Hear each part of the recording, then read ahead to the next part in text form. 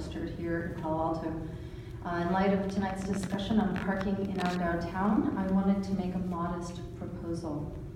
Clearly, the streets of Palo Alto are too congested. It takes way too long to find parking. This is bad for local businesses, which is evidenced by the number of local establishments that I remember from my childhood, which have long since gone out of business. Our region is growing, and we need to better support the long-term growth of our downtown. We also need to keep all these cars from spilling over into the residential neighborhoods that surround it. But I believe the proposal to build a new parking garage downtown isn't the answer to these problems. For one thing, it only adds 214 additional parking spaces to our downtown, not near enough for the projected growth in this area. With 17,000 more jobs and 13,000 additional residents projected in the next 20 years, we can expect a lot more cars on our streets. The proposed garage is also all the way over on Hamilton Street, requiring people patronizing businesses on University or Lytton or any of downtown's side streets to walk one or more blocks to their destination. What I'm proposing is a project to bring free parking right in front of every single business, double our existing capacity, and maximize the use of our existing facilities. I've been assured by a well-known transportation official in Los Angeles that creating a double-decker road system provides the kind of free, convenient access to local businesses that we need here in Palo Alto.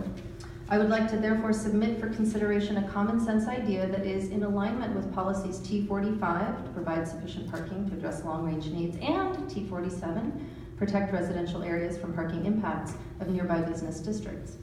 I propose to make University Avenue, Hamilton Avenue, and Lytton Street double-decker streets with diagonal parking along each side at both the ground floor and the second floor, allowing easy access to establishments regardless of their vertical location within a building. Building the second story of roadways would also include eliminating the trees from our downtown and narrowing our sidewalks, which would make walking from car to business even easier, reduce tree maintenance costs, and add an additional 50% to the number of available parking spaces. My proposal would put our city on the map, and not only as the city with the most convenient parking in the Bay Area. Cities like Beijing and New Delhi, which have seen a significant rise in their parking, have shown 7.3 and 7.4% levels of GDP growth compared to a paltry 3.8% here in the US. Not only has this growth increased per capita income in these cities, but the record-setting levels of air pollution generated by this growth over the past few years has also gained them significant media attention. Imagine what we could do with that added revenue and all that press coverage.